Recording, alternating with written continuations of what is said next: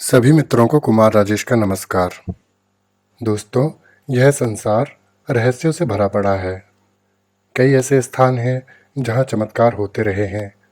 ये चमत्कार जहां आस्थावानों के लिए भगवान की कृपा है, तो दूसरों के लिए कौतूहल और आश्चर्य का विषय है। हमने असीम वैज्ञानिक प्रगति कर ली है, इसके बाद भी कई ऐसे रहस्य हैं जिनके बारे में अभी भी जानना बाकी है। भारत में कई प्राचीन मंदिर ऐसे हैं जिनसे जुड़े हुए रहस्य आज तक अनसुलझे हैं। आज मैं आपको रतनगढ़ वाली माता के मंदिर के विषय में बताने जा रहा हूँ। दोस्तों, मध्य प्रदेश में स्थित रतनगढ़ वाली माता का मंदिर बहुत खास है और ऐतिहासिक है। इस मंदिर का लोहा मराठा सम्राट वीर छत्रपति शिवाजी महाराज ने भी माना है। प्रसिद्ध रतनगढ़ वाली माता मांडुला देवी एवं कुंवर महाराज के मंदिर का इतिहास काफी पुराना है। यह मंदिर मध्य प्रदेश में स्थित है। रतनगढ़ माता मंदिर रामपुरा गांव से 5 किलोमीटर और दतिया मध्य प्रदेश से 55 किलोमीटर दूर स्थित है।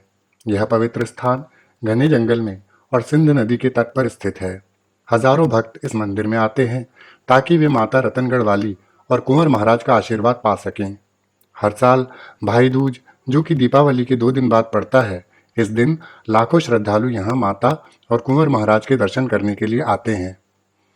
यूं तो इस मंदिर में हमेशा ही भीड़ बनी रहती है, मगर भाई दूज के दिन विशेष महत्व होता है, क्योंकि इस दिन खासतौर पर वो लोग आते हैं जिन्हें किसी विषैले जानवर के विष का प्रभाव होता है। माँ रतनगढ़ वाली एवं कुंवर बाबा की कृपा से किसी भी जहरीले जानवर का विष बिना किसी दवा के मात्र इनके नाम का बंध लगाने से पूर्णतः ठीक हो जाता है। यहाँ के लोगों की मान्यता है कि यदि दुर्भाग्यवश किसी को जहरीला जीव जंतु, सांप, छिपकली, कोई भी विषैला जीव काट लेता है, तो लोग जमीन से जरा सी मिट्टी भभूति के रूप में माता रतनगढ़ वाली और कुंवर महाराज के नाम से बंध लगा लेते हैं। मान्यता है कि इसके बाद कोई भी इलाज और चिकित्सा कराने की आवश्यकता नहीं पड़ती। माँ रतनगढ़ वाली के भक्त कहते हैं कि माँ की कृपा से रोगी को काल छू भी नहीं सकता, लेकिन इस बात का विशेष ध्यान रखना पड़ता है कि आने वाली दीपावली के 2 दिन बाद भाई दूज के दिन रोगी को माता के दरबार में लाना पड़ता है। अगर रोगी कोई पशु है तो जिस रस्सी से पशुओं को बांधा जाता है, अर्थात शांकर या गेरमा, उस वस्तु को माता के दरबार में लाया जाता है। माँ रतनगढ़ वाली एवं कुंवर महाराज के दर्शन करने के पश्चात रोगी का बंध खुल जाता है और कैसा भी विष क्यों न हो, उतर जाता है।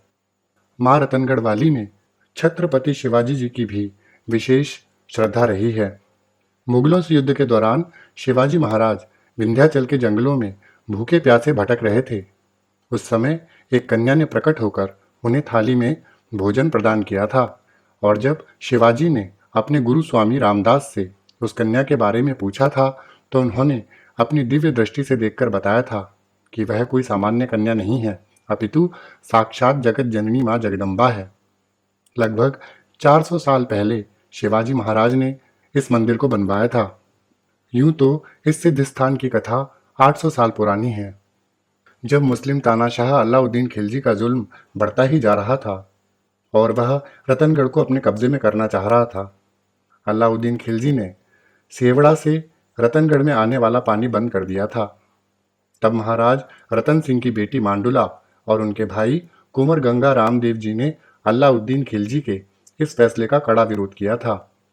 महाराज रतन सिंह को यह दोनों बच्चे भगवान की कड़ी उपासना के बाद प्राप्त हुए थे। राजकुमारी मांडुला और कुंवर जी, ये दोनों भाई बहन बचपन से ही दिव्य बच्चे थे। जब अलाउद्दीन खिलजी ने रतनगढ़ पर आक्रमण कर दिया, तब राजकुमारी मांडुला बहुत क्रोधित हुई।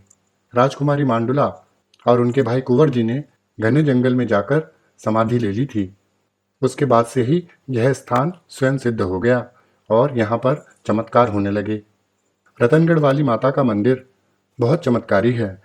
दरअसल यहाँ पर 2 मंदिर हैं, एक है रतनगढ़ वाली माता का तथा दूसरा उनके भाई कुंवर जी महाराज का। कहा जाता है कुंवर महाराज जी का इतना तेज था कि जब वह जंगल में शिकार करने जाते थे, तब सारे जहरीले जानवर अपना विष बाहर निकाल कर रख देते थे। यही कारण है कि जब किसी इंसान या जानवर को कोई भी विषैला जीव काट लेता है तो उसके घाव पर कुंवर महाराज जी के नाम से बंध लगाया जाता है। बंध लगाने के बाद पीड़ित व्यक्ति पर विष का प्रभाव समाप्त हो जाता है। फिर पीड़ित व्यक्ति भाई दूज यानी दीपावली के 2 दिन बाद कुंवर महाराज जी के मंदिर में दर्शन करता है और इसके बाद वह पूरी तरह स्वस्थ हो जाता है। मनुष्य ही नहीं, पशुओं का विष भी यहाँ पर उतर जाता है।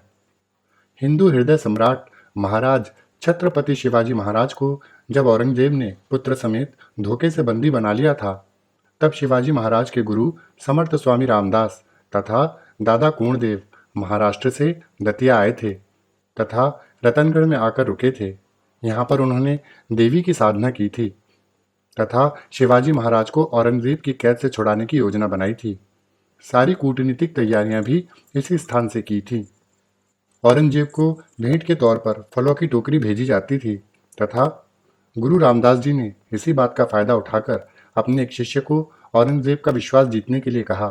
जब वह विश्वास जीतने में सफल रहा तो भेंट के स्वरूप औरंगजेब के यहाँ फलों से भरी टोकरी भिजवाई गई, जो कि ऊपर से ढकी हुई थी। उसके बाद ये सिलसिला चलता रहा और एक दिन शिवाजी महाराज उसी टोकरी में अपने पुत्र को लेकर बैठकर बाहर आ गए।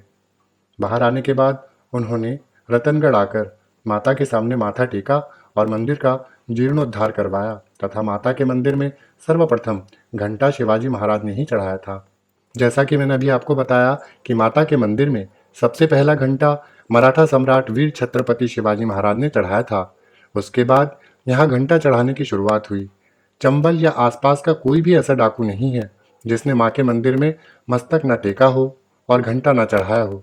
कहा जाता है कि वो डाकू डाकू हो ही नहीं सकता जो माता के मंदिर में ना आया हो और उसने घंटा ना चढ़ाया हो। यहाँ हजारों की तादाद में घंटे चढ़ते हैं। दरअसल मंदिर प्रबंधन श्रद्धालुओं द्वारा चलाए जाने वाले घंटों की नीलामी करता था। 2015 में तत्कालीन जिलाधिकारी ने फैसला किया था कि इनकी नीलामी ना कराकर छोटे छोटे घंटों को मिलाकर एक बड़े से घंटे का निर्माण करवाया जाए और इसका कार्य ग्वालियर के मूर्तिकार प्रभात राय को सौंपा गया। पहले घंटा 1100 किलो का बनवाया जा रहा था।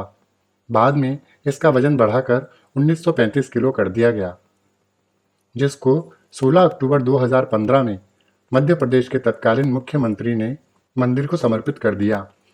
इस घंटे को 9 धातुओं से मिलकर बनाया गया है। दोस्तों, 1935 के अंकों को अगर आप जोड़ें तो उनका मूलांक भी 9 ही निकलता है। इस घंटे की खासियत यह है कि इतना भारी होने के बाद भी इसको बालक बालिका या कोई बुजुर्ग भी बड़ी आसानी से बजा सकता है। इस घंटे को जिस खंबे पर टांगा गया है उस खंबे का वजन भी 3 टन है। यह घंटा इस मंदिर का विशेष आकर्षण है। रतनगढ़ में भाई दूज पर प्रसिद्ध मेला लगता है। बहन मांडुला तथा भाई कुंवर गंगा रामदेव जी, इन दोनों भाई बहनों में इतना गहरा प्रेम था कि जब बहन ने समाधि ली तो भाई कुंवर गंगा रामदेव जी ने भी समाधि ले ली थी। तभी से यहाँ भाई बहन के विशेष पर्व भैया दूज पर विशाल मेला लगता है। इस मेले में 25 से 30 लाख लोग माता के दर्शन करते हैं तथा इन दोनों भाई बहनों का आशीर्वाद प्राप्त करते हैं। रतनगढ़ वाली माता का नाम पूरे भारत में ही नहीं विश्व भर में प्रसिद्ध है। जैसा कि मैंने आपको बताया कि यह मंदिर मध्य प्रदेश के दतिया नामक स्थान से 55 किलोमीटर दूर है। झांसी से इसकी दूरी 70 किलोमीटर है। रतनगढ़ मंदिर के खुलने के समय सुबह 7 बजे पहली माँ की आरती होती है। उसके बाद रात को 10 बजे माँ की शाम की आरती होती है। नवरात्रि के अंतिम दिन यहाँ रात के 12 बजे भी एक आरती की जाती है। यहाँ आप माँ के प्रसाद के रूप में अपनी इच्छा अनुसार लड्डू, चुनरी व नारियल कुछ भी ले सकते हैं। इस मंदिर में सबसे अधिक धूमधाम से मनाया जाने वाला पर्व नवरात्रि एवं भैया दूज है। नवरात्रि वाले दिनों में यहाँ दूर दूर से लोग पैदल चलकर माता के दर्शन करने के लिए आते हैं। इन दिनों में माता के दर्शन करने से मन को शांति व घर में खुशहाली बनी रहती है। भाई दूज के दिन तो यहाँ पर विशेष भीड़ एकत्रित होती है। इस दिन यहाँ ऐसे लोग ज्यादा आते हैं जिन पर विष का प्रभाव होता है। भाई दूज के दिन कुंवर महाराज के दर्शन करने से शरीर में एकत्रित जहर तुरंत शरीर के बाहर निकल जाता है। यदि आप यहाँ माता के दर्शन करने के लिए आ रहे हैं तो आपको यहाँ ठहरने के लिए कई होटल मिल सकते हैं। इस मंदिर के दर्शन करने के लिए आप भारत के किसी भी कोने से आ सकते हैं। आप झांसी, दतिया और ग्वालियर स्टेशनों के माध्यम से यहाँ तक आसानी से पहुँच सकते हैं। अगर आप हवाई यात्रा के द्वारा आना चाहते हैं तो आप ग्वालियर हवाई अड्डे से यहाँ तक सड़क के माध्यम से पहुँच सकते हैं। विष से प्रभावित लोगों के अलावा सामान्य लोग भी जो यहाँ दर्शन करने के लिए आते हैं, वो यहाँ से भभूति ले जाते हैं। कहते हैं यहाँ से भभूति ले जाने वालों के घरों में सदैव खुशहाली बनी रहती है और किसी भी प्रकार की समस्या का अंत हो जाता है। बुंदेलखंड के प्रायः प्रत्येक गांव में, गांव के बाहर अथवा भीतर, एक चबूतरे पर 2 ईंटें रखी रहती हैं, जिन्हें कुंवर साहब का चबूतरा कहा जाता है। इन्हें जनमानस में लोक देवता के रूप में प्रतिष्ठा प्राप्त है। कई स्थानों पर यह बहुत प्राचीन सर्प के रूप में भी दिखाई देते हैं। जब ये दिखाई देते हैं तब एक दूध का कटोरा रख दिया जाता है और ये अदृश्य हो जाते हैं।